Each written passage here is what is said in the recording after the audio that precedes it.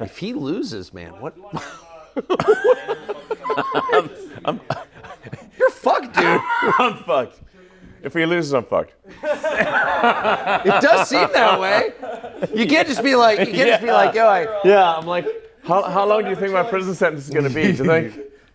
Will I see my children? I don't know. because it's not like you can say, well, yeah, I maxed out to him, but you I get. You were I have no plausible deniability. No, and I've been trashing Kamala nonstop. Oh, I know.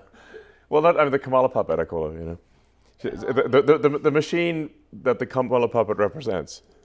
Yeah, she's irrelevant. I mean, she's not even. No, I made a joke which I realized I deleted, which is like nobody's even bothering to try to kill Kamala because it's pointless.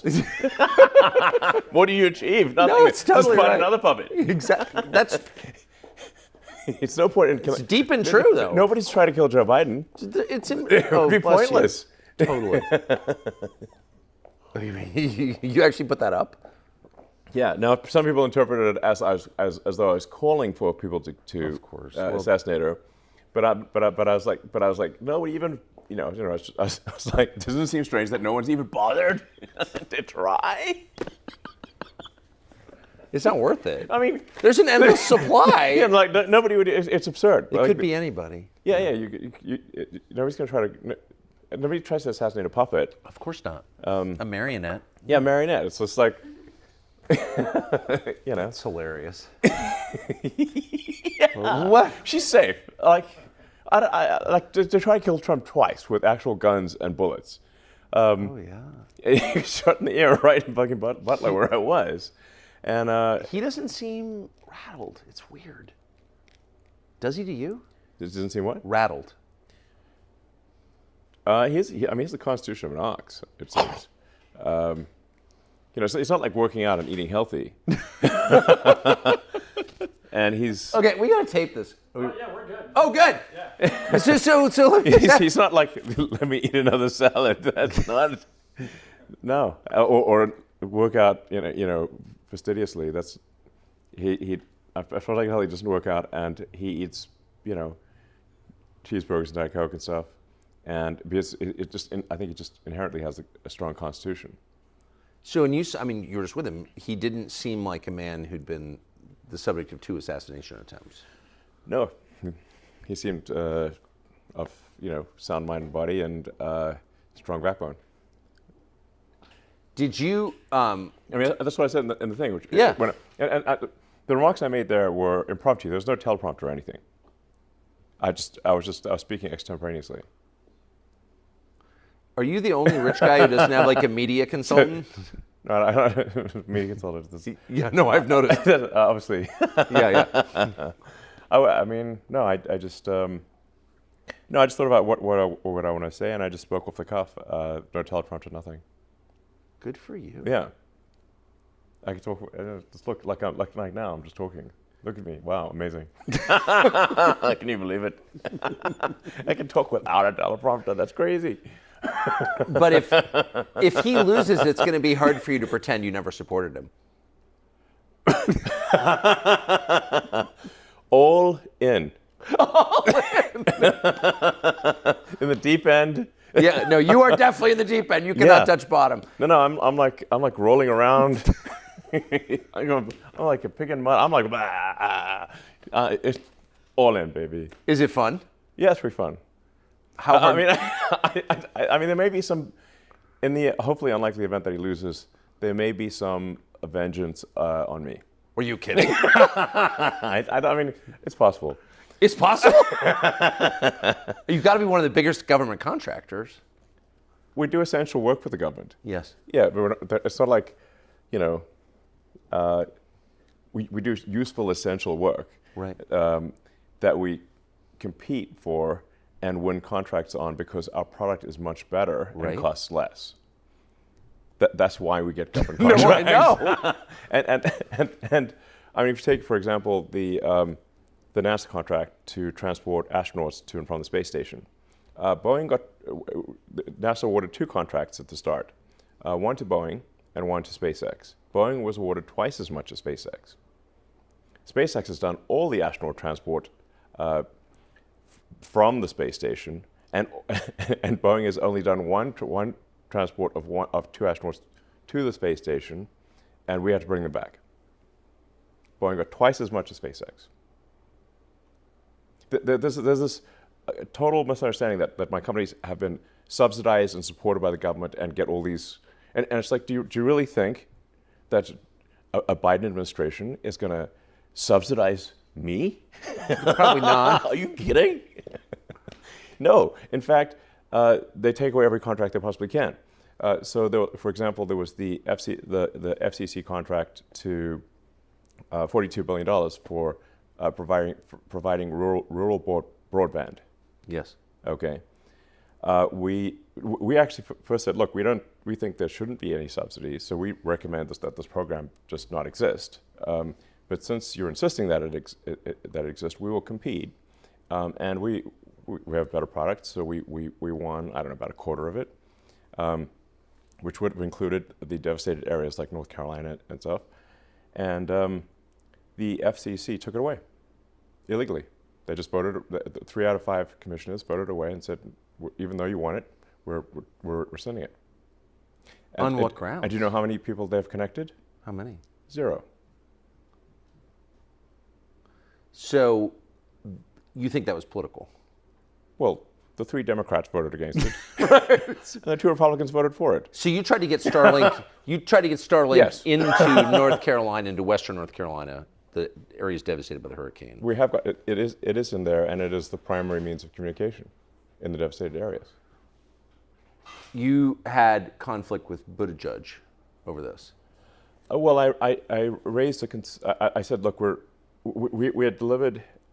We've been delivering Starlink terminals there for a while, and obviously some people already had them since they just, private individuals had Starlink there already. We delivered really thousands of terminals, and got all the way up to the areas where they wouldn't let us go any further, and then we're like, okay, we're going to send helicopters in, and find people who are stranded and give them Starlink terminals, which I think is a nice thing to do. Yeah. Okay.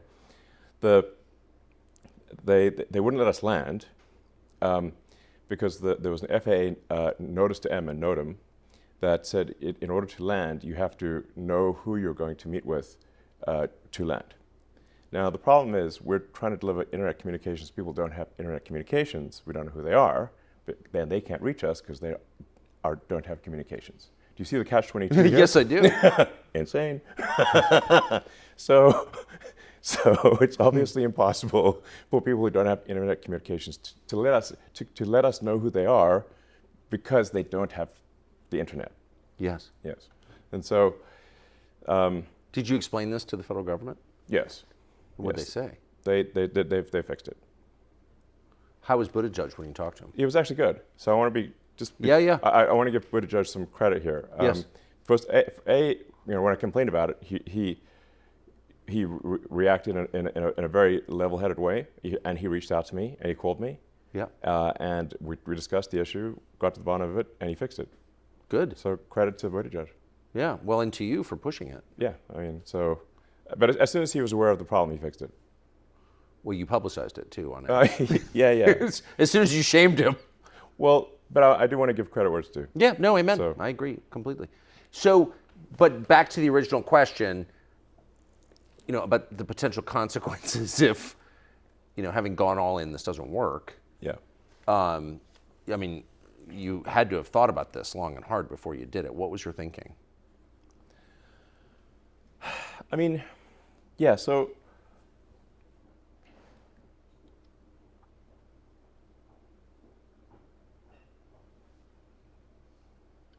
my view is that if Trump doesn't win this election, it's the last election we're going to have. That the Democrats, the Dem machine, has been importing so many people, bringing in so many illegals, flying in with this like CBP border app thing that nobody even knew about, like secret program. That's illegal, basically. It's illegal, but there's no action by DOJ to actually to stop it from happening. They're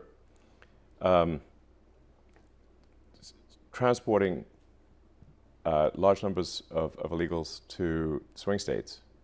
If you look at the numbers, these are the numbers from the government website. So like from the Democrat-administered government websites. Like, where do you get this data? From the government website that is run by Democrats. There are triple-digit increases in illegals to all the swing states. And in some cases, it's like 700% over the last 3 years. Now, these swing state margins are, sometimes 10, 20,000 votes. So what happens if you put, hundreds of thousands of people into each swing state? And when somebody is granted asylum, they are fast-tracked. They can get a green card, and then 5 years after the green card, they can get citizenship and they can fully legally vote. And when they do so, they vote overwhelmingly Democrat. And sometimes I get this rebuttal of like, well, a lot of them, their social values don't align with sort of the far left sort of woke ideology. Yeah. I said that's true, but that's not their top priority. Their top priority is getting their friends and family also to the United States. And the Dems also issue all these programs, these sort of handouts, essentially, that make them beholden to the Democratic Party. So they vote Dem. That's what happens. So my prediction is if there's another 4 years of a Dem administration, they will legalize so many illegals that are there that the next election, there won't be any swing states. And we'll be a single party country, just like California is a single party state. It's a supermajority Dem state in California. Because of immigration? Yes. California was fairly reliably Republican. Bill Clinton lost California in '92 and won West Virginia. Yes. So there was a 1986 amnesty. Yes.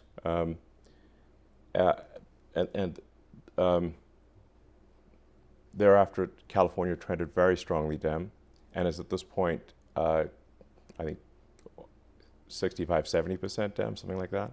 It's supermajority Dem. The California legislature is more than 2/3 Democrat. Has it improved the state? No, it's not. And California just passed, which is shocking. It's hard to believe this is even real, but California just passed a law making it illegal to require voter ID in any election at all in California. Did you know that? No. Yeah, Newsom signed it into law last week. It's illegal to require an ID. In any election, even a town council. And a friend of mine who lives in Palo Alto was like, is this actually real? And he went to vote in some city council election. He tried to show them his ID, and they said, we're not even allowed to look at your ID. Have they extended this same... Actually what's going on right now. But by the way, they're proud of it. They're not hiding it. But it's only voting. It's not buying a gun or buying liquor or buying a pack of cigarettes or flying on an airplane or renting a hotel room. It's only voting that it's illegal to do. Oh, if you try to buy a gun, they're going to ID you 6 ways a Sunday. California's trying to make it basically illegal to own a gun. And the same people that demanded vaccine IDs if you want to travel or do anything are the same ones who say no voter ID is required. Is there any reason Obviously hypocritical. to pass a law like that except to abet voter fraud? It's so that fraud cannot be proven. So it enables large-scale fraud and no way to prove it, because how would you prove it? It's literally impossible. No ID. You're not even allowed to show your ID. It's insane. Well, it is insane. Insane. The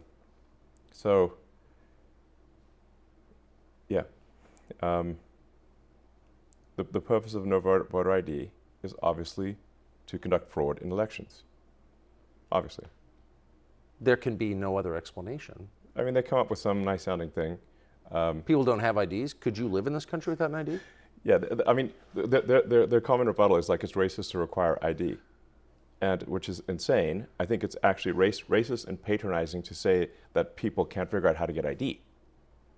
Obviously. But how could you live here without an ID? I don't think it's even possible. Can't. Yeah. You can't do anything. Yeah. you need ID for everything. Like the list of the things you need ID for is basically everything, except voting. So you see the rest of the it's country. total bullshit, obviously. Obviously. Yes. But that doesn't in any way minimize the aggression or self-righteousness they bring to this conversation. Yes. You're a racist if you want that. Right. Whereas, in fact, obviously, someone is racist if they say that people of a particular race cannot get ID. That's patronizing and racist. That's absurd. Yes. Yeah. You know, it's like when the governor of New York said people in the, ghetto don't know how to use computers or something like that. I mean, like, super out of touch. Yeah, for sure. Yeah. So it's like, hello. So there's a really clear template. Maybe she doesn't know how to use computers, but they do, obviously. I don't think Hochul could use a computer. Yeah, I don't think She's not qualified intellectually. Yeah, no, probably not. But not everyone in New York is as dumb as Kathy Hochul. I think that's true. Yeah. So you see the other 49 states becoming California if the machine wins. Well, you don't need all 49 to go that way. You just need enough to have the election, have there not be swing states. I mean, there are only 6 swing states. Yep.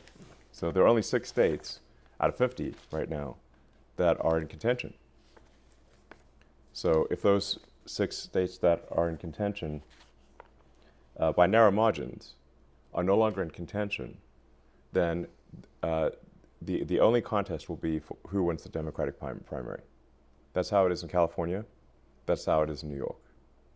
There's no party versus party situation.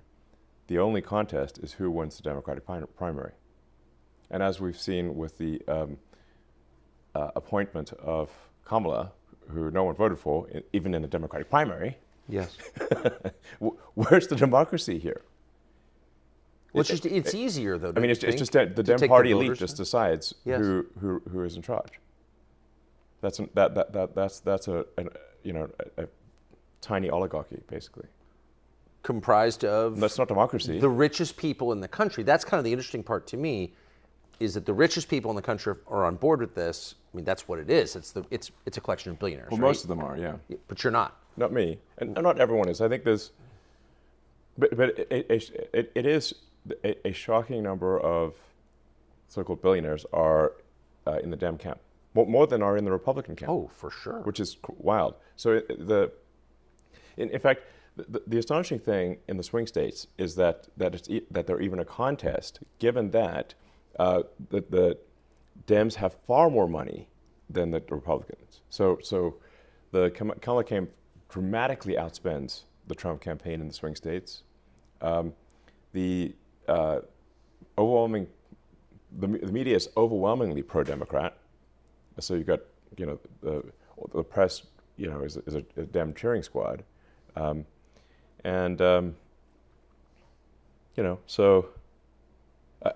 you've got almost all the Hollywood and entertainment, the celebrities also, endorsing Kamala and being pro-Dem. So you got the celebrities, they got the money, they got basically everything on the side of the Dems. The Republicans are the underdog here. Trump's the underdog in swing states, and still it's a contentious. It's still a 50-50 after all that. What does that tell you? It tells me that if people actually knew what was going on, they weren't being fed nonstop propaganda, it would be a landslide in favor of Republicans. Yeah. Well, how's this for crazy? Has there ever been a more volatile time in American politics? Not in our lifetimes. No one alive has ever seen anything like this. But long before things started to really fall apart, the Heritage Foundation saw it coming. Heritage has pulled together a coalition of over 100 right-leaning groups to develop a comprehensive plan for day one. That would include detailed policy proposals on the most pressing issues, the big ones: securing the border, controlling inflation, cracking down on election fraud, protecting the rights of the individual, and saving the nation from being crushed by woke anti-human ideology. The team at Heritage has also developed a plan to dismantle the deep state that keeps this nonsense going and reclaim this nation from the small group of technocrats that's broken everything. Heritage is also running a training and vetting program to identify effective conservatives to serve in the next presidential administration. people who will share your values, this country's values, and actually do the job. It can't just be the same pool of discredited people from Washington populating every administration. Heritage has a long head start, and they put in a lot of work already, but they need your support to finish the job and to support the incoming president. You can go to heritage.org/Tucker and contribute to this important work today. A lot depends on it. heritage.org/Tucker. But why not join the easier side? I mean, you're creating problems for yourself by getting on stage with Trump. I mean, you must have had friends who said that to you. Sure. Yes. Yeah. Yes. But people who care about you, like, why even get involved in this? Well, because I think we want to remain a democracy, and we don't want to become a one-party state. Yes. That's the reason. And it's the exact opposite. The people call Trump a threat to democracy. But the people who are saying Trump's a threat to democracy are themselves the threat to democracy. Yes. One-party rule is not democracy.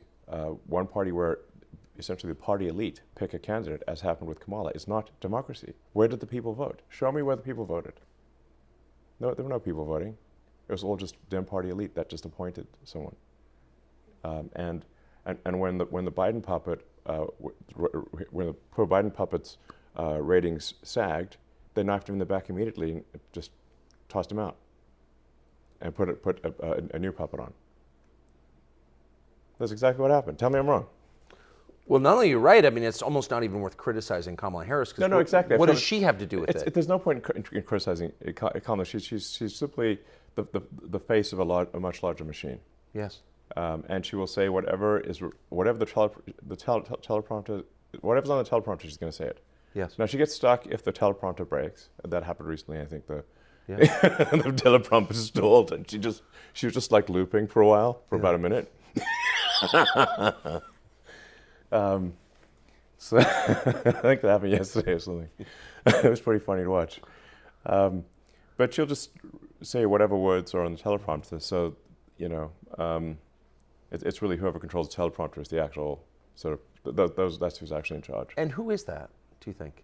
Well, I've tried to pin it down. It's not like any one kind of mastermind. It's not like, it seems to be, it's like Kamala's sort of a marionette with, 1,000 puppet masters type of thing. Like not, it's or maybe it's somewhere north of 100 is what it seems like. Yes. I bet you know 80 of them. I probably know most of them. Yeah. Yeah. So, I mean, just by virtue of your job and what you've been doing for the last 30 years, I mean, you just, and I should say, I think you voted for Biden. I'd like to see a matchup of those, call it the top 100 puppet masters on the Epstein client list. Do you think there's some overlap? Strong overlap. Strong overlap. When are we going to see that list, do you think? I don't know. It's mind blowing that they've not tried to prosecute even one, not even the worst offender on the Epstein client list. They have not even tried to prosecute even one. That's insane. Well, because they have a lot of diabetic grandmothers who were outside the Capitol on January 6th. They're kind of occupied. Yeah, they've put like whatever 500 or 600 January 6th protesters in prison, and not one person on the Epstein client list. Will that ever come out, do you think? I think part of why Kamala's getting so much support is that if Trump wins, that Epstein client list is going to become public. Yes. And some of those billionaires behind Kamala are terrified of that outcome. Yeah. Do you think Reid Hoffman's uncomfortable? Yes. Yeah. And Gates. And Gates. Yeah. And I only ask that because you just look at them and you're like, that's a nervous person right there. I don't know. I mean, I assume you know them. Yeah. Yes. Reid Hoffman was my vice president of business development at PayPal. Yeah. 24 years ago. Does he seem nervous to you? Yeah, I mean, he's terrified of a Trump victory. Because of the disclosure that would follow? I think he's certainly ideologically not aligned with Trump anyway, but I think he is concerned about the the Epstein situation. Like something might actually, the DOJ might actually move forward. There are a lot of videos, apparently. Those rooms on the island, and I think out in New Mexico, were wired for video. Right. And where's the video? I mean, between Diddy and Epstein, it's good. There's probably several thousand hours of footage here. Yeah. Yeah. It's kind of weird that the people on those videos are lecturing the rest of us about our moral failings, isn't it? Yeah, it's weird. What is that? Well, I mean, part of how they deflect attention from themselves is by, criticizing the morals of others. Yes. So it's sort of like a preemptive moral strike. Yes. I mean, as I said, I think those who are saying Trump is a threat to democracy are themselves actually the threat to democracy. It feels like we're getting to a place where the rest of us know too much. Is this? Do you know what I mean? I mean, it's easier to live in a society where you don't really know what the people in charge are doing or why they're doing it. But now, thanks, I would say, largely to X. Yeah. I think that's fair to say that. Yeah. We do know a lot. Not everything, but we know a lot. And I wonder, where does that, like, what happens next now that we know all this? The kidnapper's shown us his face. Like, what happens? Well, I think if Trump wins, we can do some house cleaning and shed light on things. Yeah, all the X platform does is adhere to freedom of speech within the bounds of the law. Yes. And if people want to change the laws, they can change the laws. And so, like X in different countries, X does censor in countries where censorship is the law. We don't try to, push American laws in other countries, but we do try to stick to the law in any given country. That's what we're doing. We open source our algorithm. We try to be as transparent as possible. But those who want to push lies obviously hate truth and transparency. Yes. Because it shows them to be liars. I mean, you look at that, like how outrageous it was that Kamala in the presidential debate kept pushing the fine people hoax. They know the fine people hoax is false. Trump would never support Nazis, a Nazi rally. It's absurd. And he explicitly said that in that same speech that you must condemn anyone who has Nazi tendencies in the strongest possible terms. And yet, despite knowing that to be false, the people who wrote the speech for the Kamala puppet put the fine people hoax in the presidential debate. Deliberately lying. Again. Messed up. If she wins, I mean, how can they let X continue in its current form, in its current role in American society? They won't. They will try to shut it down by any means possible. What do you mean by any means possible? I mean, either by they'll try to pass laws. They'll try to prosecute the company, prosecute me. The amount of lawfare that we're seeing taking place is outrageous. There are many examples, but like the Department of Justice, for example, launched a huge lawsuit against SpaceX for failing to hire asylum seekers. Come on. Yeah, asylum seekers? Not asylum, those who've been granted asylum seekers. Now there's also a law called International Traffic and Arms Regulations that because SpaceX develops advanced missile technology that can be used in nuclear ICBMs, that we have to be very careful with who we hire. We can only hire someone if they're a permanent resident or a citizen. That's what the ITAR law says. Then there's another law that says that you cannot discriminate against asylum seekers. So we're damned if you do, damned if you don't. The DOJ did a massive lawsuit against SpaceX for failing to hire asylum seekers, even though it is illegal for us to hire asylum seekers under ITAR law. This is an actual thing that's going on, and they can only do a fairly small number of lawsuits every year. So why did they pick this one? Because you own Lawfare. X. Yeah, lawfare. I mean, Or it's like that famous quote from Beria, you know, Stalin's like chief torturer and head of the secret police. Beria said, "Show me the man, and I'll show you the crime." exactly. I mean, we have so many laws that it is actually impossible to, impossible to do business, impossible to operate without being violating some law, because you have laws like the ones I just gave you, where both things are illegal. Yes, they contradict one another. They contradict one another. So it's illegal to discriminate against asylum seekers in jobs, but it's also illegal for us to hire asylum seekers. But it So they discredits just the they law. just chose one. They chose the one law, and ignored the other one. And the Department of Justice at federal level prosecutors face X for that. What do you think? It's mad. Well, it also discredits the idea of law, which some of us Yes. want to take seriously. Absolutely. This affects both the perception of American justice and the reality of it. Yes. So, no, I'm actually a big fan of the American justice system, and I think, on balance, we've got still have an excellent judicial system. We still have judges that care about the letter and intent of the law. I mean, not just the letter, but also the intent of the law. Yes. But something that people should be concerned about is that there's an increasing movement to place activists as judges. This is, if you look at who did the Biden administration confirm as federal judges, and who've been confirmed at the state level in sort of far left states, increasingly it is not judges who care about justice, or they don't care about following the law. They care about social justice, not justice. Right. What they call social justice.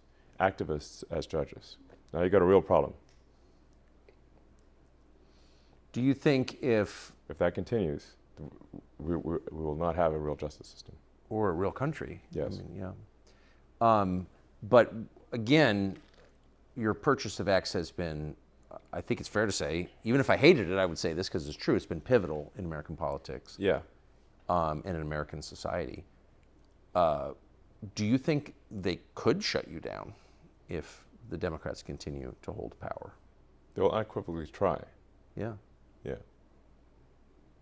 And if they get a majority in the Senate and House and the presidency, then they can simply pass a law and delete Section 230. So simply make us liable for what anyone says on a platform with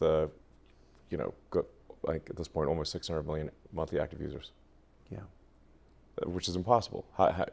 That's like trying to regulate speech in city of like a country. Yeah. So A big country. yeah, you'd just be instantly bankrupt.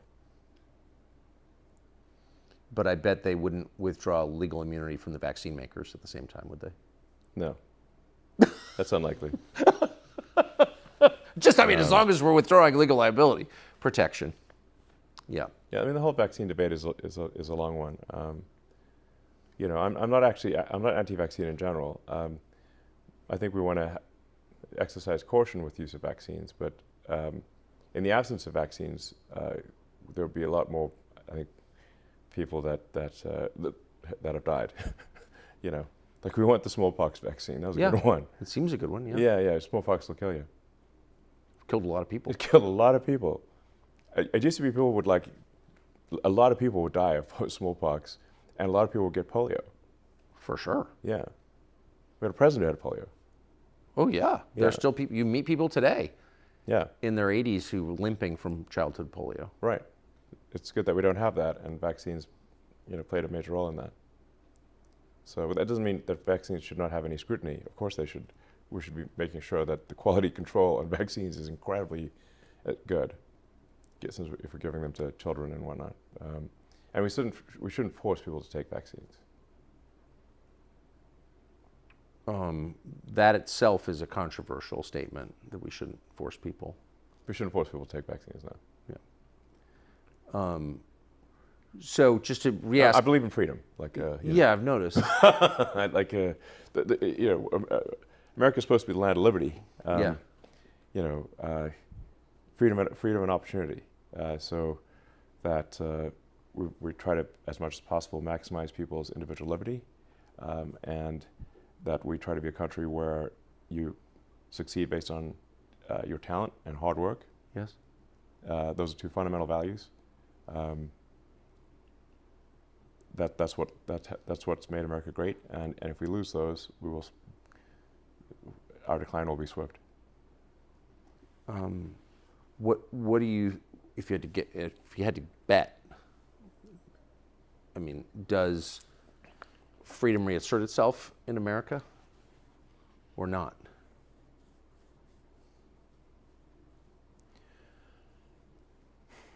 Well, that's why I think part of why this election is so pivotal. I think if we, with the Trump administration, I think we can improve the liberty of Americans. We can. I think we need to have sensible deregulation, where we keep the regulations that matter. Like we don't want to destroy, important habitats or Yes. Encourage oil spills or anything like that. But there are so many regulatory agencies that have overlapping responsibility that we are smothering progress. And we can't build a high-speed rail in America. You look at the ridiculous high-speed rail project in California, where they've spent $7 billion, and all they've got to show for it is a 1,600-foot section of concrete with no rails on it. There's a picture of it online. So it's not that fast yet. We wouldn't say it's high speed at this point, or even rail. It doesn't even have rail on it. Maybe by now they put some rail in it, but it's this comically small section of rail.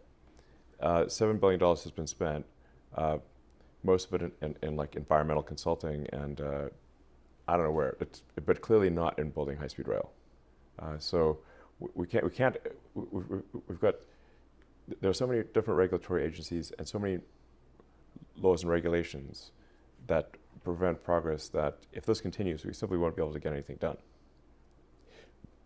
It does seem like the engineers are not getting rich. It's the environmental consultants, the climate consultants, the DEI consultants. A whole consultant class seems to be getting richer by the year, where people with actual skills, the ones that bring actual progress. Useful things, products and services that you can use. That's right. Yeah. So this is a trend. Things that if you were like traveling on a desert island, you'd want those people. Right. But you wouldn't want environmental consultants. They seem undercompensated. It's like you're going to starve. Though. Okay. Yeah. And And it's like who are actual builders that get things done, and every year we're making it harder in America for actual builders to get things done. We're in this like weird Ayn Rand Atlas Shrugged scenario, where it's there's yet another regulation, yet another rule, and there's sort of that phrase in Atlas Shrugged, you'll manage. It's like eventually you're like, can't get anything done. why the hostility though toward people with meaningful skills? It's not a neutral posture they have. Yeah. I mean, they're enriching themselves obviously by creating fake jobs because they have no skills, and they don't have creative power. So I understand that. But why do they hate people who do have creative power and actual skills? I don't understand that.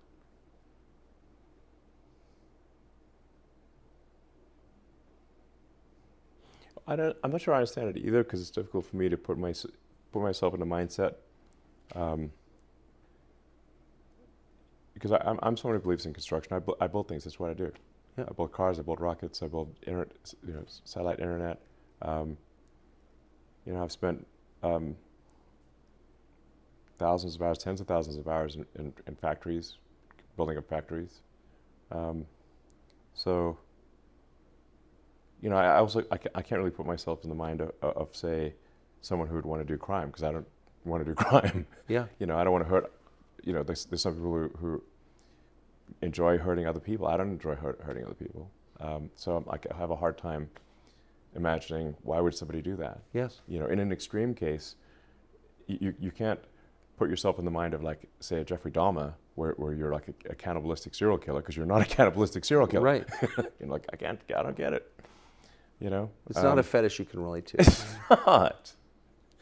You know, I do think this is that in the sort of well-meaning sort of liberal mindset. I know I've many good friends who have they have deep empathy for their fellow human beings. Good. And they care. But the challenge that they have is that they've often grown up in a very sheltered existence, where everyone around them is nice and civilized, and they just really don't encounter people who are have uncontrolled violent tendencies, or like hurting people. You know, they've just always grown up in a sort of kumbaya, everyone is nice, hippie commune situation. Minneapolis pre-riots. Yeah. Yeah, I mean, if you but there's a small number of people, it's like a few percent of society that either can have anger management issues that are so severe that they lose their temper and hurt or murder others, and there's a very small, it's like I said, it's not a large number that enjoy hurting other people, and if you do not incarcerate them, they will do that. So they will hurt other people. And what I see is what I call shallow empathy. Like, people have empathy for the criminals, but not empathy for the victims of the criminals. Yes. And so if you simply have, and I believe one should have deep empathy to say, like, what is the greater good for society? Is it better to incarcerate violent criminals and prevent them from hurting people, or to let them loose and allow those people to be hurt? And I think the latter is much worse.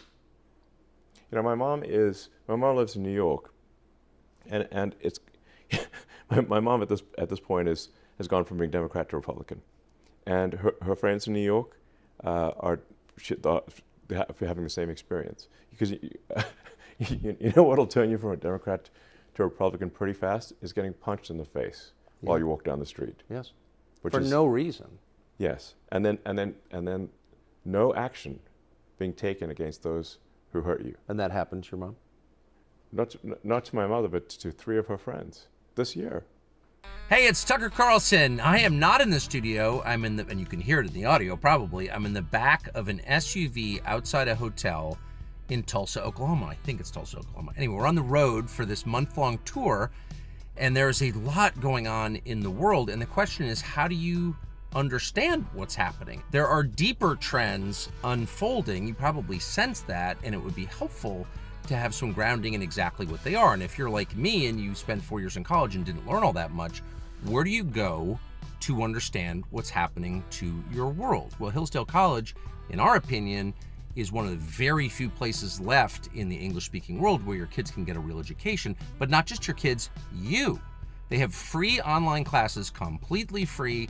You can get them anywhere, including in the back seat of an SUV outside a hotel in Tulsa, Oklahoma. And you'll know that when you go there. Go to tuckerforhillsdale.com, and they have an amazing new course called Marxism, Socialism, and Communism. Hillsdale is offering it. It doesn't cost you a dime, and you can pull it up right on your phone if you want. Go to tuckerforhillsdale.com, and the class, Marxism, Socialism, and Communism, and you'll have a much better understanding of what you're watching every day. Why would someone punch them in the face? I don't know, but Are they women? I'm not a face puncher. Right, no. You know. But if you walk around the streets of San Francisco and many downtowns, so they go to downtown Philadelphia right now, you know, they call the people homeless, but the homeless is the wrong term. Violent drug zombie. Yeah. Okay. It's like, you know, you look at them, you say, like, homeless is a misnomer. It implies that someone got a little behind on their mortgage, and if you just offered them a job, they'd be back on their feet. Yeah. No, but if you go and look at downtown Philly or San Francisco or parts of New York, and actually most downtowns, what you actually have are violent drug zombies. So they're like shuffling down the street with dead eyes, you know, and with like needles, you know, and human feces on the streets. I mean, you've been to downtown SF, right? Have you seen this? Oh yeah, I was born there. Yeah. Yeah. like one of the most beautiful cities in the world. Oh, yes, the greatest. And now you have to step over the drug needles and the feces and the bodies. Like one couple I met, the final straw for leaving San Francisco was they came home one night and there was a dead body in front of their garage. They couldn't get their car in, couldn't park their car. Because the corpse. And yeah, there's no street parking. They're like, because there's a corpse in front of the garage, and they don't want to move the corpse, because like, well, you're like, maybe they need to like figure out why the guy died or something, That's the space. That's liberal compassion, though. They're right in a bit of there. a quandary because they got no place to park a car, and they feel that they shouldn't really move the dead body. So they called 911 and said, "There's a dead body outside our house," and they said, "Well." The 911 San Francisco says, "Well, are you in danger right now?" It's like, "Well, no, he's dead." He's pretty sure he's dead. They're like, "Okay, we'll send someone tomorrow to pick up the body." Like, what do you mean tomorrow? so they're like going in and out of their house while there's a dead body outside right in front of their house, and like it took them 24 hours or something like that to eventually pick up the body, and they're like, "The hell with this, we're leaving." And did they? Yes. By the way, there's a million anecdotes like that. Oh, I know, but I just don't think this is not rare. it's it's ubiquitous, and so then you wonder, like, how can people still tell themselves they're compassionate if This they're is what I'm allowing saying that? is that people really just need to think I believe in being compassionate about Of course. I believe that we should care about our fellow human beings. I think this is a good thing. Of course, We should not be selfish and not care about others. We should care about others, but we should just care about others, all things considered. Like I said, care not merely just about the criminals. It's just one layer deep. You should also care about the criminals' victims. Yes. Yes. Well, especially the criminals' victims. Yes. Innocent people who get attacked and killed. So, I mean, I got so many anecdotes. I mean, about a year ago, there were three Twitter employees who were just leaving the building and walking down Mark Street in San Francisco. Mark Street used to be a beautiful, wonderful street. Of course. Obviously, it's called Mark Street because that's where the market was. Right. Now it's boarded up shop windows and stuff, and they were chased by a guy with an axe. Who wanted? They outran him, and they reported, "Hey, there's a guy with an axe who tried to kill us with an axe." The police did nothing, and that guy with an axe subsequently murdered two people. With an axe? With the axe. Because eventually he's going to find somebody he can outrun. And he did. So what I'm saying is, if you don't stop axe murderers while they're attempting to axe murder, eventually they will succeed in axe murdering people. If this goes on, I mean, that's such an obvious observation. It seems obvious. Yes, I think it is. Yeah. That if you're in any way abetting axe murder, then you're against civilization. That's the way it looks to me. I mean, Yeah. I'm trying to understand motive here. I can't relate like you. But you're against the whole project if you're allowing that, I guess is what I'm saying. Yeah, I think we should, controversial position, but I think we should arrest axe murderers when they first attempt to axe murder, not after they've succeeded in doing so. And I think we should assign at least some of the blame for the axe murders to the people who allowed this guy to wander around with an axe on Market Street trying to kill people. Yes. Yeah. Well, there's this whole movement to decriminalize crime. Oh, I've noticed, yes. What is that? Madness. Yeah. Like to make crime legal. Like in California, you can just steal things and nobody does anything. It's like fully legal to steal anything under $1,000 in California. That's why they now have to like lock up goods behind these glass and plastic walls. So you go to the supermarket and you can't even get toothpaste. And this has actually been particularly difficult on small mom and pop operations because they don't have the resources of a large corporation So it's put a lot of small businesses out of, just killed them. So when you're at dinner parties and you make these points, what do people say? Well, actually, I think I've been able to persuade people that, yeah, we really, we need to reverse course here. I think I have actually been able to persuade a number of people. And I think there actually is now a ballot on, a California ballot initiative to recriminalize theft. You know, guys, there's a reason why we criminalize theft in the first place. And then amazingly, I think Gavin Newsom came out against that proposition. Yeah, no, honestly, he's the goddamn joker. Gavin Newsom is like from the Batman Dark Knight, the Joker is in charge of Gotham. You remember when he took over New York, basically, and the criminals roam free and the citizens are arrested. That's California. But I mean, at least there's a ballot initiative, which I think will probably pass, to say, no, it is a crime to steal things. Because people love to. So you know Gavin, you've got to know Gavin Newsom. I know Gavin Newsom. Everyone knows Gavin. I've known Gavin for a long time. Oh, exactly. So what is that? And he doesn't seem crazy when you talk to him in person. He's a perfectly nice guy. Like what? Why would he? And he's not stupid. Why would he come out in favor of crime? Well, his stated reason was that it would disproportionately affect people of color. Yeah, well, again, that was his public statement. Right. Well, that is one of those patronizing racist positions you described at the outset, obviously. Yeah, he's literally saying black people and Hispanics are criminals. Yeah, well, of course. Yeah. Yeah. No, that's what he's saying. That's what he's saying. Yeah. Yeah. And by the way, it is true that crime like that does increase distrust between races. It actually gives rise to racism. It's totally destructive of the social fabric, I think. But I'm asking, what do you think his real motive is? Who's pushing him in favor of crime? Well, I mean, there's always the Soros boogeyman. Yeah. How real is that? It's real. I don't think one can ascribe everything to Soros. Right. I mean, I agree. he's and George himself is I mean, he's senile at this point. He's not compos mentis. So his son Alex is in charge, but there is this whole system that Soros built up over many decades, so I guess Soros and like-minded people or whatever, they believe in open borders. They believe we shouldn't prosecute crime. This is insane. Those seem like expressions of hatred toward the United States. If I was pushing that on a country, I would only do that if I hated the country and wanted to destroy it.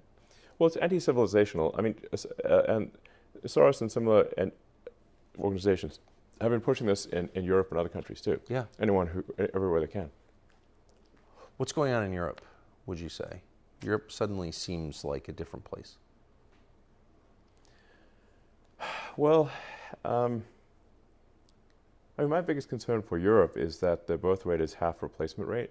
Yes. So Europe is rapidly becoming, with each passing year, older and older, with fewer and fewer young people. So I think at a most fundamental level, unless Europe has a birth rate at least roughly equal to replacement rate, it is in population freefall. Population collapse is what's going on in Europe. There's also a shocking amount of censorship. You may have seen in Britain, I kid you not, how can this be real? They are releasing convicted pedophiles from prison in order to put people in prison for Facebook posts. But to be fair, those are thing. posts that criticize the government, so they have a good reason. Well, they would actually, some of these posts at least the ones I've seen, didn't actually criticize the government, or they were seen as sort of as hate speech. Right. So because they noticed the society getting crappier and crappier with every year, and they said so. Yeah. I mean, there were, and I'm simply stating a fact, there were migrant rape gangs in England that would run around and prey on young girls, gang rape them, and some people found that objectionable, which obviously it should be objectionable, and they were upset about that, and so they complained about it online, and were sent to prison. That sounds crazy. So it is crazy, and that's like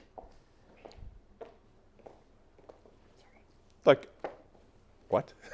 Well, it is. So it kind of gets to the. I mean, you're an engineer, so you're. It's so mind-blowing. It is mind-boggling, but it's the same. You use the phrase "mind virus," but it's behaving like a virus. It's infecting people and making it impossible, apparently, for them to make rational decisions. Yeah. What is that virus? You know, someone I think you should interview is Godside. Yeah. I have. Oh, you have? Yes. Oh, I should watch that, actually. He's great. Yeah, smart. Super smart guy. Yeah. And he wrote a great book called The Parasitic Mind. Yes. A very good book. Highly recommend it. Yes. Where he tries to understand how do you get to this parasitic mind situation. And he's writing a book now, which hopefully he'll publish soon, which is about suicidal empathy, where you have so much empathy, you're actually suiciding society, or so much perceived empathy.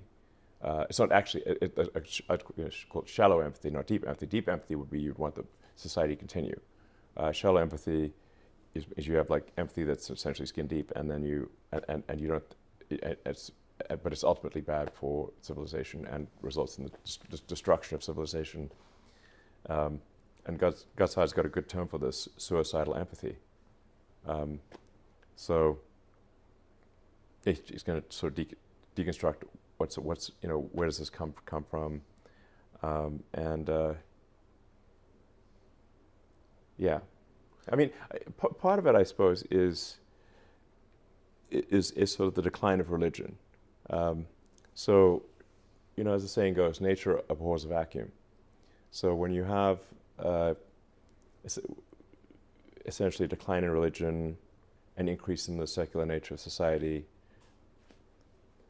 for most people, they need something to fill that void.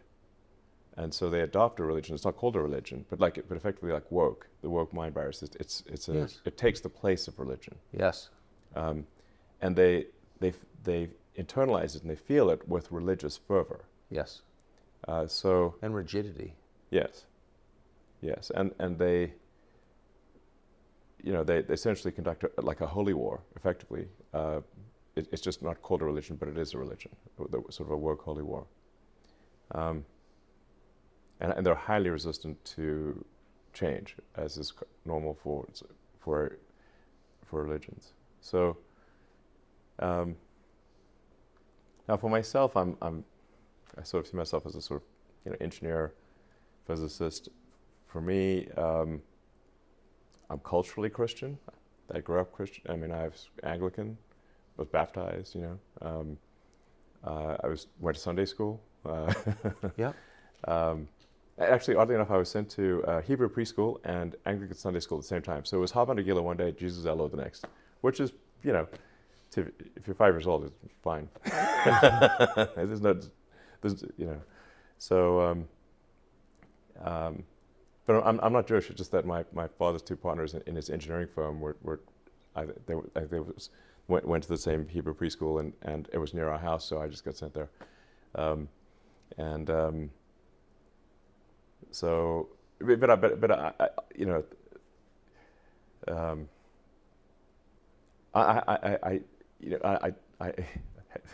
maybe this will make me even more amused, but I have trouble sort of believing all these stories, these religious stories, but obviously a lot of people do, and I respect people who want to have religious views. I'm not trying to dissuade them from their religious views, but anyway, I'm just saying, I guess the operating system I have is sort of a physics engineering operating system where I try to understand as much as possible about reality. In physics, you're not supposed to believe anything absolutely. You're supposed to question things. That's how you discover new physics. In engineering, that's how you discover if your machine will work or not work. Will the rocket get to orbit? Yeah. If your rocket is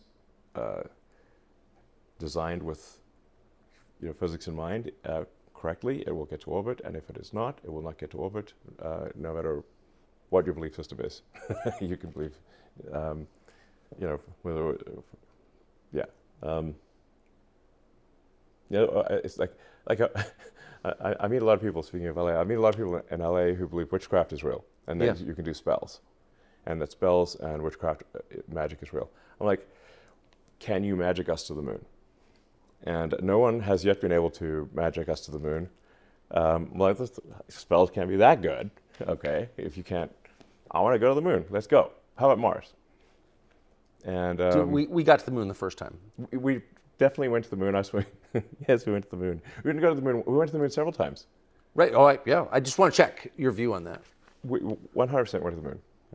I know in depth the technical designs of the rockets, the spacecraft, everything. Yes. What went right, what went wrong, it was a remarkable piece of technology, like an incredible piece of technology to go to the moon in '69. Yeah. That was like reaching into the future and pulling the future forward dramatically, and it was an important ideological battle with communism, because they couldn't put a person on the moon, and capitalism could. We did an interview a couple of weeks ago with a woman called Casey Means. She's a Stanford-educated surgeon and really one of the most remarkable people I have ever met. In the interview, she explained how the food that we eat, produced by huge food companies, Big Food, in conjunction with pharma, is destroying our health, making this a weak and sick country. The levels of chronic disease are beyond belief. What Casey Means, who we've not stopped thinking about ever since, is the co-founder of a healthcare technology company called Levels, and we are proud to announce today that we are partnering with Levels. And by proud, I mean sincerely proud. Levels is a really interesting company and a great product. It gives you insight into what's going on inside your body, your metabolic health. It helps you understand how the food that you're eating, the things that you're doing every single day are affecting your body in real time. You put stuff in your mouth, speaking for myself anyway, and you don't think about it. You have no idea what you're putting in your mouth, and you have no idea what it's doing to your body. But over time, you feel weak and tired and spacey, and over an even longer period of time, you can get really sick. So it's worth knowing what the food you eat is doing to you. The Levels app works with something called a continuous glucose monitor, a CGM. You can get one as part of the plan, or you can bring your own. It doesn't matter. But the bottom line is big tech, big pharma, and big food combine together to form an incredibly malevolent force, pumping you full of garbage, unhealthy food with artificial sugars, and hurting you and hurting the entire country. So with Levels, you'll be able to see immediately what all of this is doing to you. You get access to real-time personalized data, and that's a critical step to changing your behavior. Those of us who like Oreos can tell you firsthand. This isn't talking to your doctor at an annual physical, looking backwards about things you did in the past. This is up to the second information on how your body is responding to different foods and activities, the things that give you stress, your sleep, et cetera, et cetera. It's easy to use. It gives you powerful, personalized health data, and then you can make much better choices about how you feel. And over time, it'll have a huge effect. Right now, you can get an additional 2 free months when you go to levels.link/Tucker. That's levels.link/Tucker. This is the beginning of what we hope will be a long and happy partnership with Levels and Dr. Casey Means. Do you believe there's a power higher than people? Yeah, I mean, I think there's a lot we don't know. We don't know, why does reality exist? Where did it come from? Where are the aliens? What questions should we ask that we don't even know to ask? So, when you say what are the aliens, what do you mean? Where are the aliens? Oh. Like, why don't we see them? A lot of people think we see aliens, but I've not seen any evidence of aliens. We've got 6,000 satellites in orbit, and not once have we had to maneuver around an alien spacecraft. Right. But on this Earth, the U.S. military has had to do a lot of maneuvering around objects they can't explain. Well, unidentified flying objects is one thing, but there's always a bunch of classified programs that are underway of new aircraft and new missiles and things. So that are classified even within the military. So it's only if you have the top secret compartmented clearance, would you know about this new program?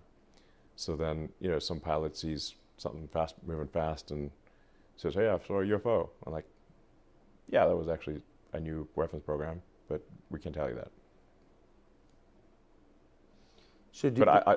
But you can guarantee that the split second I see any evidence of aliens, I will immediately post that on the X platform. And it'll probably be our #1 post of all time. That'll be your biggest day, yes, for sure.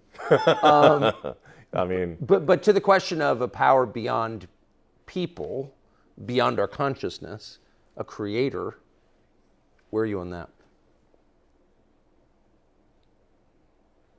Well, we must have come from somewhere.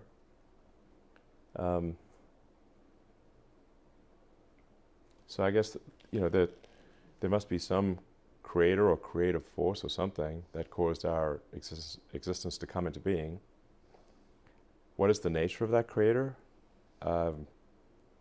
That I think is unknown. At least I think it is. There's.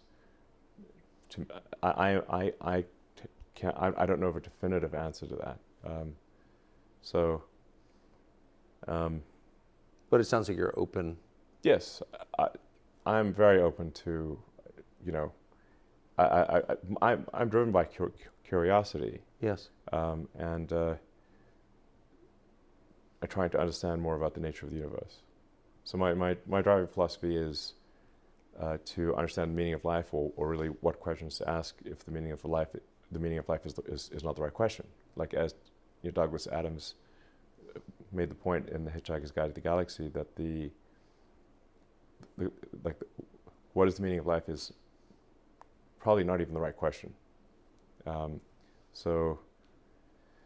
Famously, in that book, the Earth was actually a computer to figure out answer to the question, what is the meaning of life? And then it came up with the answer 42. But then they're like, what does that mean? And it's like, oh, that's the answer, but the question is the really hard part, and you'll need a much bigger computer than Earth to figure that one out. So my philosophy is that we should try to expand the scope and scale of consciousness. We should try to have more humans, more thinking, and perhaps there's an argument even for machine consciousness.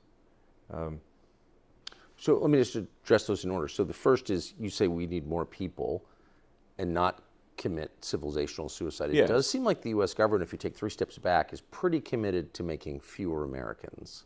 Yeah. Like there's a lot of anti-fertility propaganda. A lot. Actually, that seems like their main sort of domestic social policy is convincing you not to have kids. What is that? That's certainly part of civilizational suicide. The environmental movement in the extreme is fundamentally misanthropic and anti-human. Yes. They start seeing humans as a plague, a blight on the surface of the Earth. That if that Earth would be this paradise if only the humans weren't here. And some people actually say this explicitly. There's the Extinctionist Society that is literally this guy who's the head of the Extinctionist Society, was on the front page of the New York Times, quoted as saying, "There are 8 billion people in the world. It would be better if there were none." So there's some people who actually say that explicitly, which is completely insane. He's advocating a Holocaust for all of humanity. To utter madness, he should be condemned for such a statement, but he wasn't for some reason. Now, most people on the sort of environmental movement have that implicitly. They don't realize that they have that as their optimization, but that is their actions take us towards extinction. A lot of people believe that the Earth can't sustain this level of human population, which is utterly untrue. It may seem in a crowded city that there are a lot of people, but actually, if you look down on an airplane and you say, look down, am I over a person at any given point in time when you're on an airplane? The answer is 99.9% of the time, no.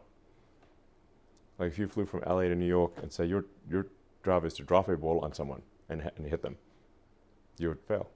You have to drop a lot of balls. You have to drop a lot of balls. That would be insane.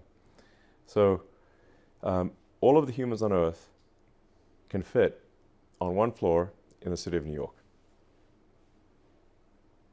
Yeah, the cross-sectional area of all humans, of 8 billion humans, is small. So we have this totally wrong idea that the Earth is overpopulated, where in fact it is underpopulated.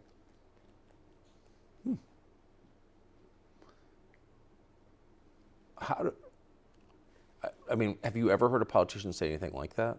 Are there, how many there's maybe a few pro-human politicians out there? Yeah, I mean, like Viktor Orban, Giorgia Meloni. Yes. We're starting to see pro-natalist Yes. politicians, and hopefully more as time goes by. I think there's a guy that just got elected in the Czech Republic who's also pro-natalist. Now, these have to translate into actual actions that change the birth rate, or it doesn't matter. So far, I've not seen any country make a meaningful dent in the birth rate. What would you do if you were in charge of natalist policy? First of all, I'd change the education system so that people understand that stop being taught that we're overpopulated. This is completely false. A lot of it comes from this insane misanthropic book that Paul Ehrlich wrote, The Population Bomb. Like 60 years ago. Yeah, I hope he burns in hell, that guy. Seriously. Terrible human being. Total, absolute misanthrope. And say, just look, the Earth can absolutely sustain this population. We could double or triple the population.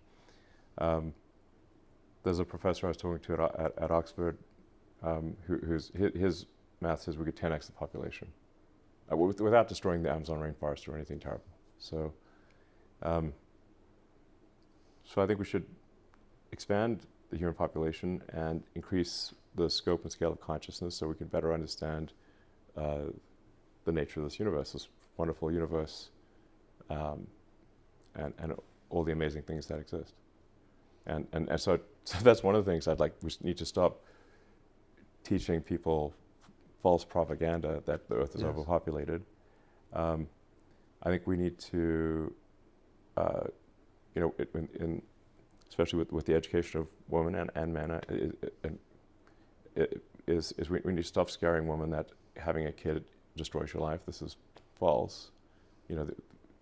We terrify girls into saying that if you get pregnant, your life's over. And this is what schools teach.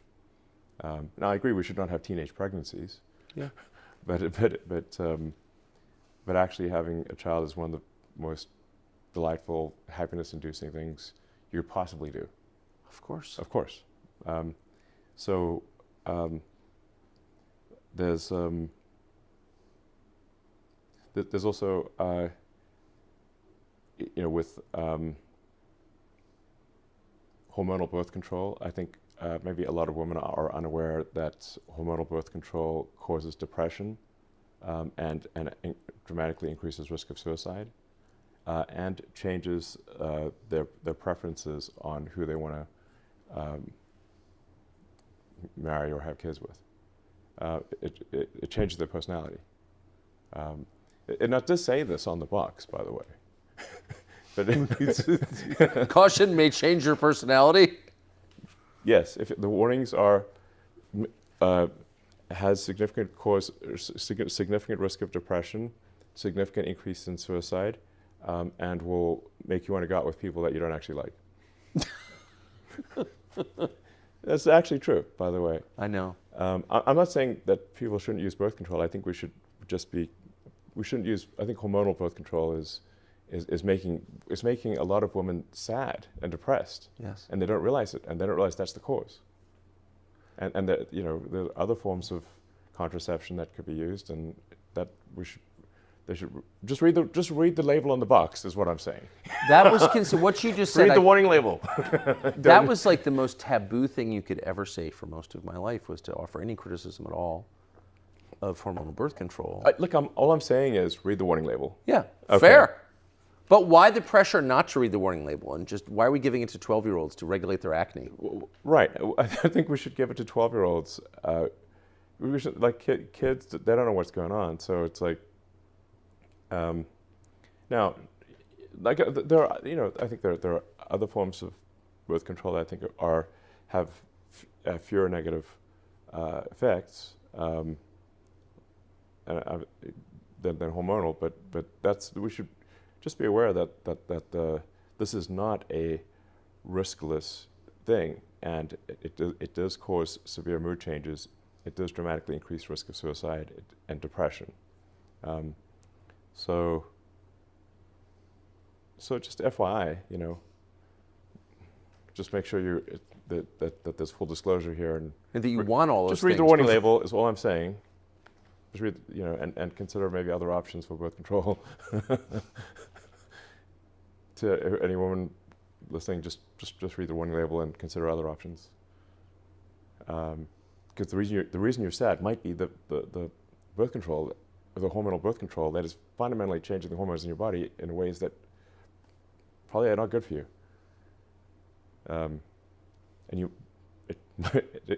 I know women where they stopped taking birth control and their depression immediately disappeared. So that's maybe worth a try. But then you If you're miss feeling an sad, opportunity. maybe it's the birth control. Then you don't Might get be. to go on SSRIs. Yeah. And I think the SSRIs are the devil. What? You don't think? I so vehemently agree with you. Okay. But I guess once you endorse Trump, you can just say it all now, right? No, I think selective serotonin reuptake inhibitors are zombify people, and change their personality and make them not who they are. Terrible. They're so common. Yes. I think we should revisit whether this is actually good. I disagree with you, that SSRIs are, like, I'm not saying that no one should ever be subscribed SSRIs, but giving them out like candy is crazy. You look at, like, at sort of antidepressant prescriptions in the United States versus other countries, and we're like way above everyone else. Oh, yeah. I have seen many, many times in my life in the news business, after a mass shooting, like school, for example, Yeah.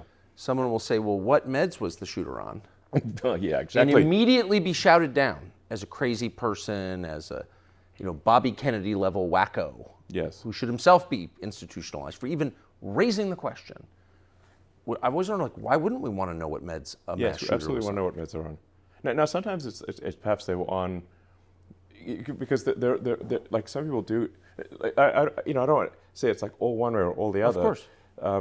I mean, there are people that have fundamental chemical imbalances in their brain, and if they don't take medication to control, for example, paranoid schizophrenia, Yes. they will have paranoid schizophrenia. For sure.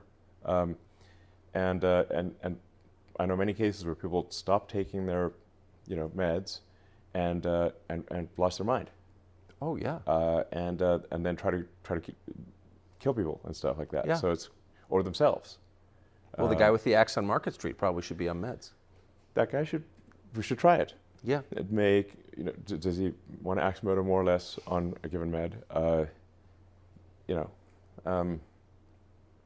So there are psychiatric medications that where the good outweighs the bad. Yes. I'm not saying that doesn't exist, but we overprescribe psychiatric medication in the United States, obviously, far in excess of any other country. Like, way more than Canada or Britain or Japan or anywhere. It's like we're off the charts on psychiatric medication prescriptions in the U.S. Why don't people raise that point more often, I wonder, in public? They should. I'm raising it. Yeah, you are. You said that artificial intelligence, machine intelligence, might be a good thing. Where are we on AI right now, AGI right now, and what are your views?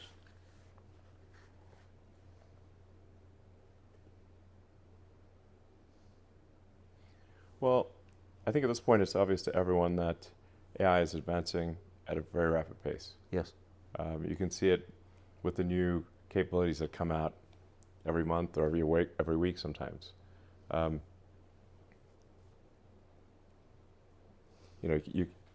AI at this point can write a better essay than probably 90%, maybe 95% of all humans. Say write an essay on any given subject. AI right now can beat the vast majority of humans. If you say draw an image, draw a picture, it can draw if you try say Mid-Journey, which is the aesthetics of Mid-Journey are incredible. It will create incredible images that are better than, again, like 90% of artists. It's just objectively the case. And it'll do it immediately, like 30 seconds later. We're also starting to see AI movies. So you start seeing short films with AI, AI music creation, and the rate at which we're increasing AI compute is exponential, hyper exponential. So there's dramatically more AI compute coming online every month. There seems to be roughly, I don't know, the amount of AI compute coming online is increasing at roughly 500% a year, and that's likely to continue for several years. And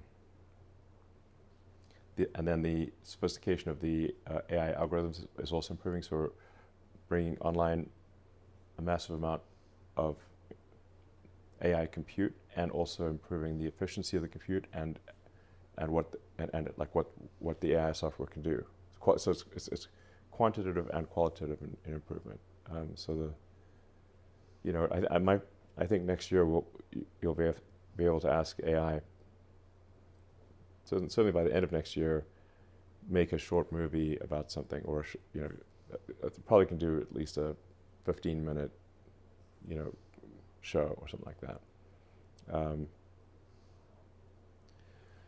So yeah, it's advancing very rapidly.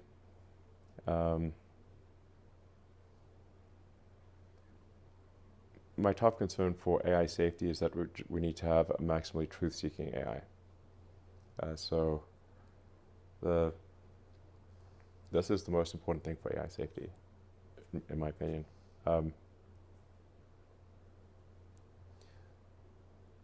The central lesson that, say, Arthur C. Clarke was trying to convey in 2001: A Space Odyssey was that you shouldn't force AI to lie. So in that book, the AI was told to take the astronauts to the monolith, but they also could not know about the monolith. It resolved that quandary by killing them and taking them to the monolith, or didn't kill all of them, but killed most of them. That's why hell would not open the pod bay doors. Right.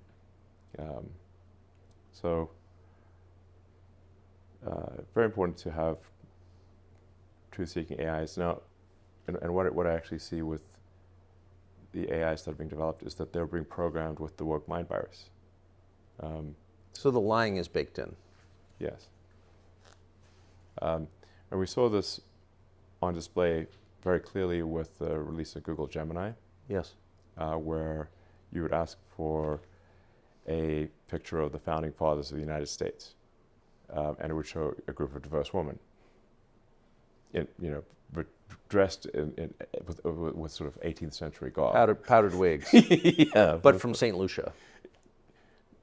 Yeah, I mean, look. I understand if you say, show me a group of people. For sure. And it shows a group of diverse women, that's totally fine. But if you say this very specifically, the founding fathers of the United States, which were, a group of white dudes, then you should show them, and what they actually look like. because you've asked for something which is a fact from history. But it didn't.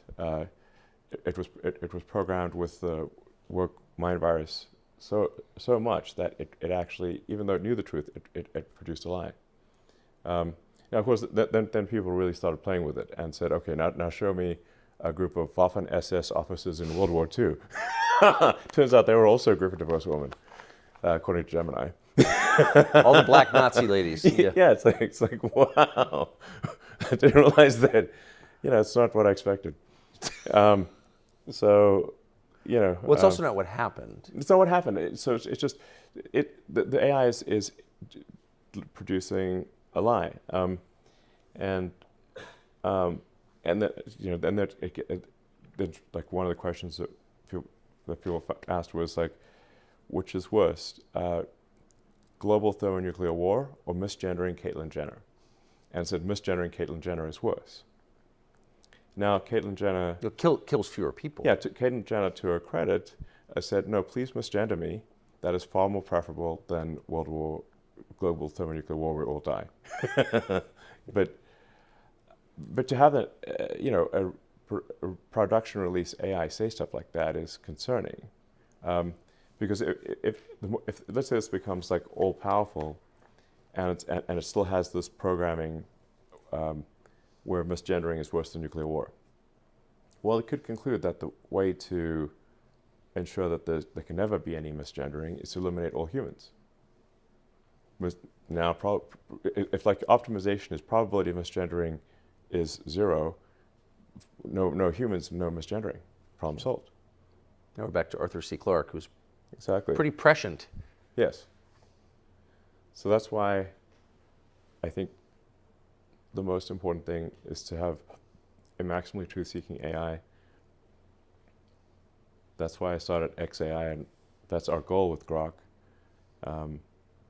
Now, people will point out cases where Grok gets it wrong, but we try to correct it as quickly as possible. But maybe even a bigger problem is that when you make decisions that affect people, you want those decisions to be informed by love of people. Yeah. And machines are incapable of love. Yeah.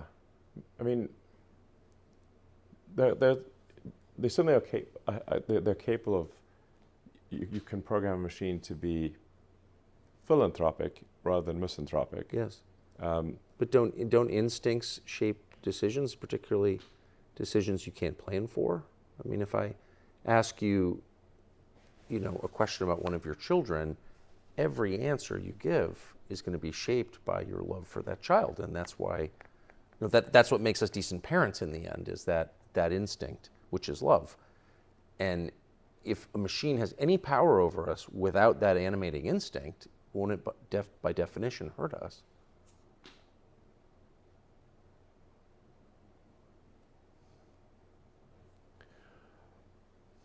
Yeah, well, whether I don't know. We should certainly aspire to program the AI philanthropically, not misanthropically. Yes. And to have, like I said, we want it to be truthful and curious, and to foster humanity into the future. Yeah, that's what we want, obviously. Is there any way, I guess, to set limits on the decisions that machines can make that affect human lives, and make certain that there's some trigger in the system that inserts a human being into the decision-making process?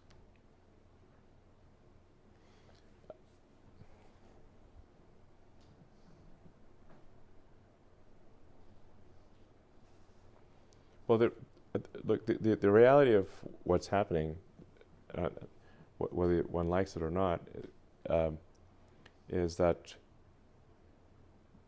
we're building super intelligent AIs, hyper intelligent, like intelligent, more intelligent than we can comprehend. Yes. So I would liken this to, like, let's say you have a child that is a super genius child, that it's going to be much smarter than you. Then, well, what can you do? You can instill good values in how you raise that child. Yes. So even though it's going to be far smarter than you, you can make sure it's got good values, philanthropic values, good morals, honest, productive, that kind of thing. Controlling, at the end of the day, I don't think we'll be able to control it. So I think the best we can do is make sure it grows up well. You've been saying that for a long time. Yes, I've been saying it for a long time. Yes. Are you still as worried about it as you seemed to be 2 years ago when I asked you about it?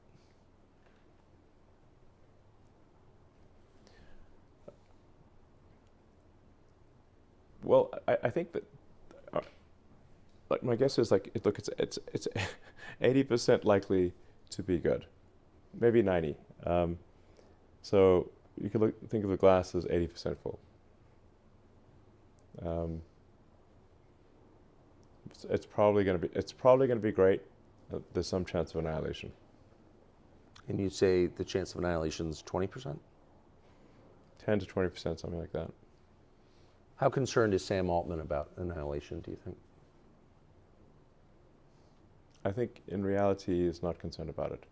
I don't trust OpenAI. I mean, I started that company as a non-profit open source. Yes. The open in OpenAI, I named the company. Yeah. OpenAI as an open source, and it is now extremely closed source, and maximizing profit. So, does risking? I don't understand how you actually go from being an open source nonprofit to a closed source for maximum profit organization. I'm missing. Well, but Sam Altman got rich, though, didn't he? At various points, he's claimed not to be getting rich, but he's claimed many things that were false. And now apparently he's going to get $10 billion of stock or something like that. So I don't trust Sam Altman, and I don't think we want to have the most powerful AI in the world controlled by someone who is not trustworthy. And sorry, I just don't. I mean, But that seems like a fair concern. yeah. But you don't think, as someone who knows him and has dealt with him, that he is worried about the possibility this could get out of control and hurt people? He will say those words. Yeah. But no. If it became clear to the rest of us that it was out of control and posed a threat to humanity, would there be any way to stop it?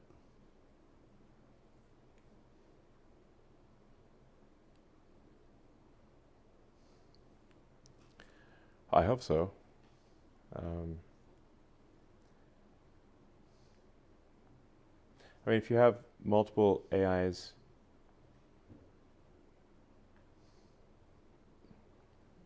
and ones that are, hopefully you have the AIs that are pro-human be stronger than the AIs that are not. Battle of the AIs? Yeah. Yeah.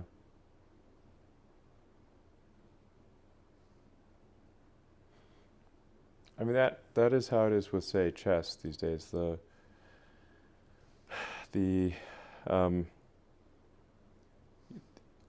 AI chess programs also are vastly better than any human, incomprehensibly better. Meaning, like, we can't even understand why it made that move. Right. Why they're so good, right? Yeah. We don't even know why it made that. It'll make a move. We don't even know why it made the move. And in fact, some of the moves will seem like blunders, but then turn out to checkmate. And for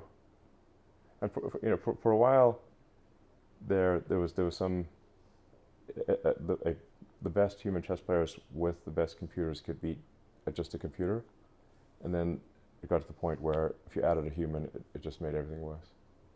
And then it was just AI. It's just computer programs versus computer programs.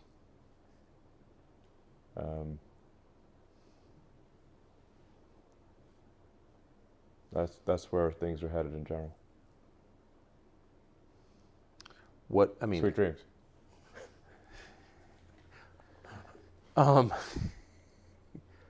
At what point? So I don't know. I think we just got to make sure we instill good values in the AI. What's everyone going to do for a living?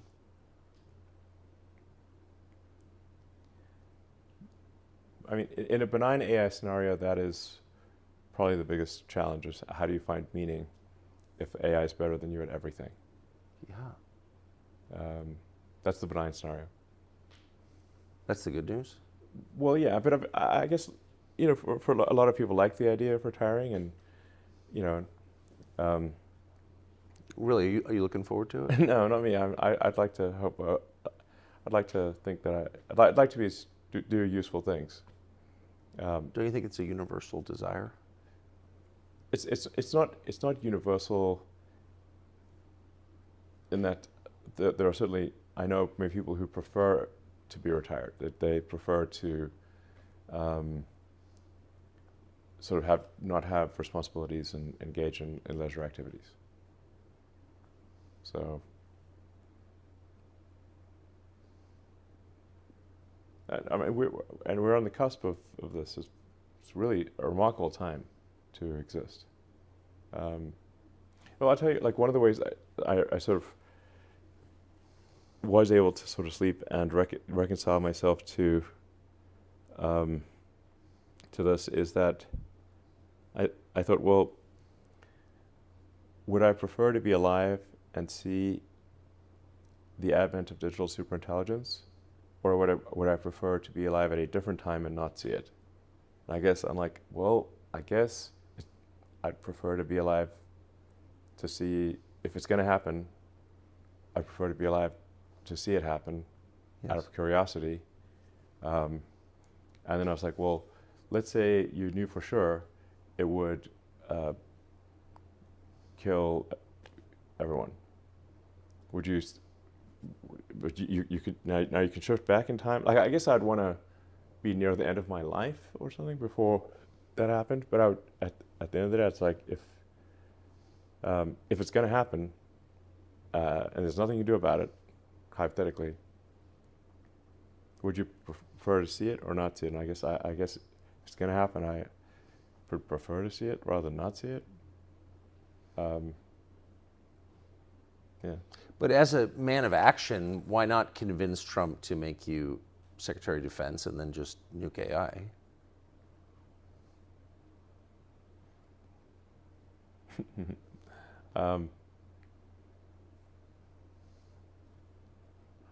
I think I would certainly push for having some kind of regulatory body that at least has insight into what these companies are doing, and can ring the alarm bell, even if we don't have a regulation or rule.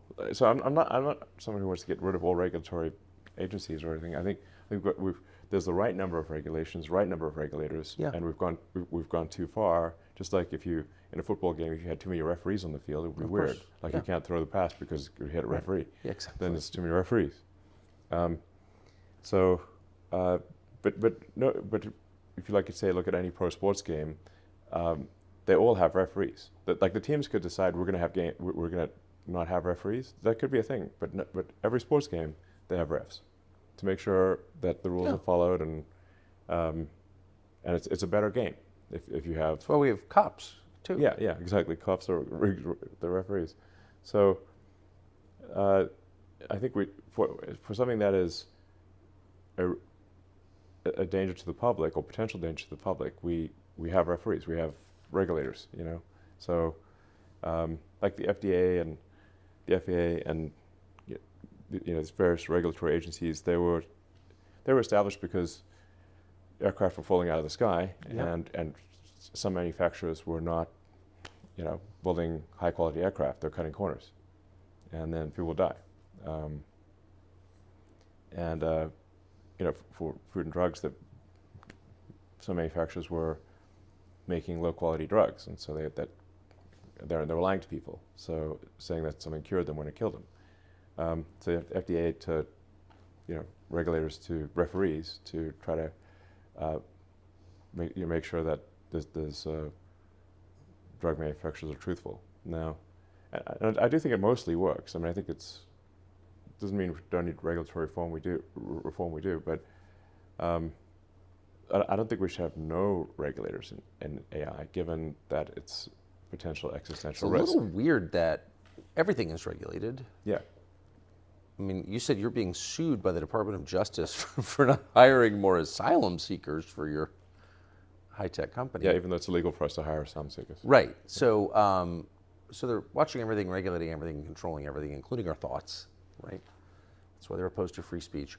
But they're not meaningfully regulating AI, which will eliminate like the purpose for most people's lives and could kill us all. It's a little weird. Yeah, I think we should have some. But why don't we? I guess something above nothing. Right. In that range. Yeah. But why don't we? I don't know. I all the way back, like I during the Obama presidency, I met with Obama many times, but usually in like group settings. The one-on-one meeting I had with Obama in the Oval Office, I said, look, the one thing that we really need to do is set up at the beginnings of an AI regulatory agency, and it can start with insight, where you don't just come shooting from the hip, throwing out regulations. You just start with insight, where the AI regulatory committee simply goes in to understand what all the companies are doing, insight, and then proposes rules that all the AI companies agree to follow, just like sports teams in the NFL. You have proposed rules for football that everyone agrees to follow, that make the game better. So that's the way to do it. But nothing came of it. What did he say when you said that to him? I mean, he seemed to like kind of agree, but also people didn't realize where AI was headed at that time. So AI seemed like some super futuristic, for thing, sure, sci-fi basically. So I'm telling you, this is going to be smarter than the smartest human, and my predictions are coming absolutely true. And so we need to have some insight here, just to make sure that these companies aren't cutting corners, doing dangerous things. But Google kind of controlled the White House at that time, and they did not want any regulatory. Well, that's it. I mean, you never see politicians turn down opportunities to become more powerful, which is the point of regulation. It makes them more powerful. Yeah. So it sounds like regulatory capture then. Well, yeah. I mean, the CIO of the White House at the time was ex-Google person, so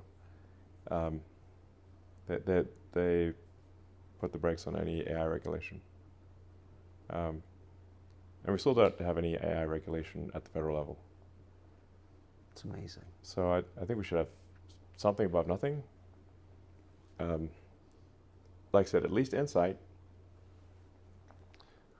Where even if there's no rule that's being broken, they can at least say, hey, we have insight into what this company are doing, or that company is doing, and we're concerned. That would be helpful to know. Yeah.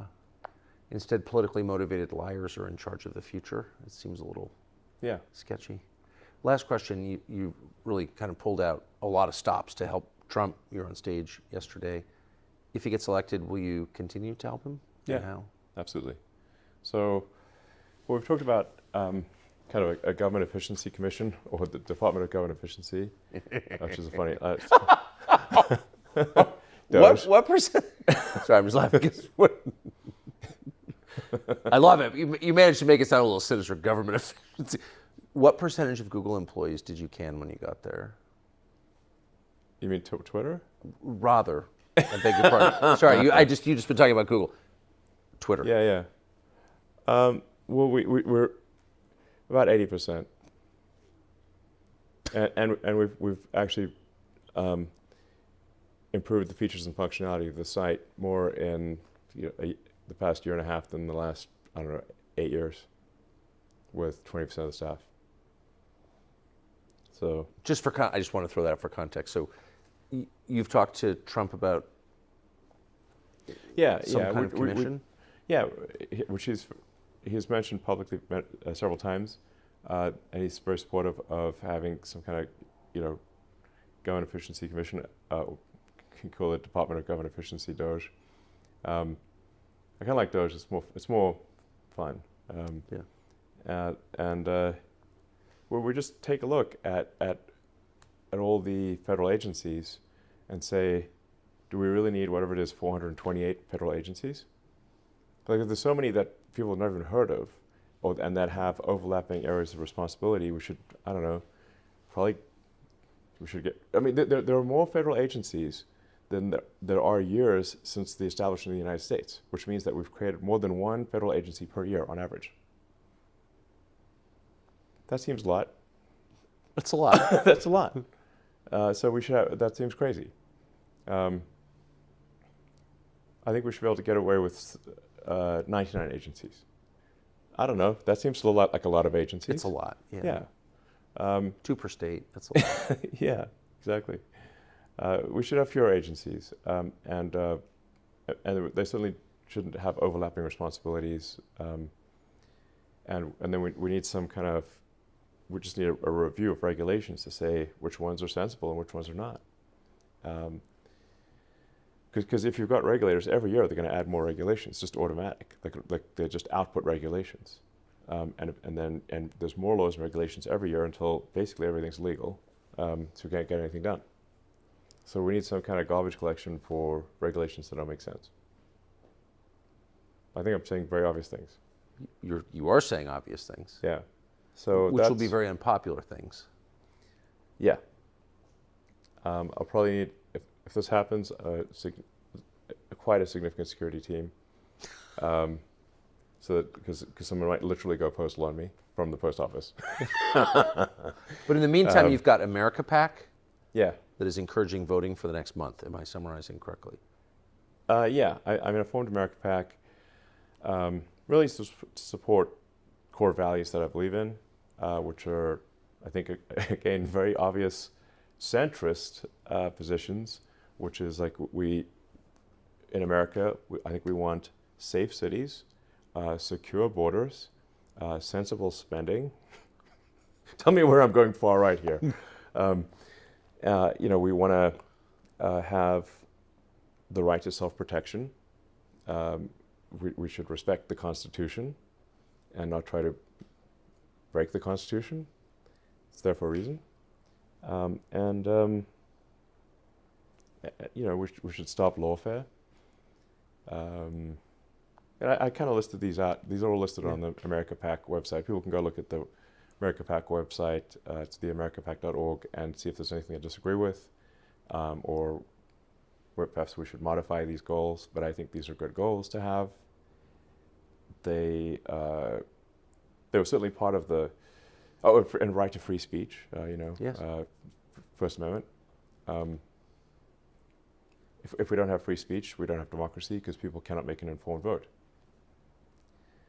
So those are my controversial views. And look, I don't think either party. I don't think the Republicans are perfect. I don't think, obviously, right now I'm more Republican than Democrat, but it's not like I think the Republican Party is perfect or is without issues. But we've got a choice between 2 candidates, and I think on balance, it's a no-brainer to vote for Trump. And if we don't vote for Trump, I think we're at serious risk of losing our democracy and becoming a one-party state where there isn't an election anymore. There's only a Democratic primary, like there is in California. Elon Musk, thank you very You're much. welcome.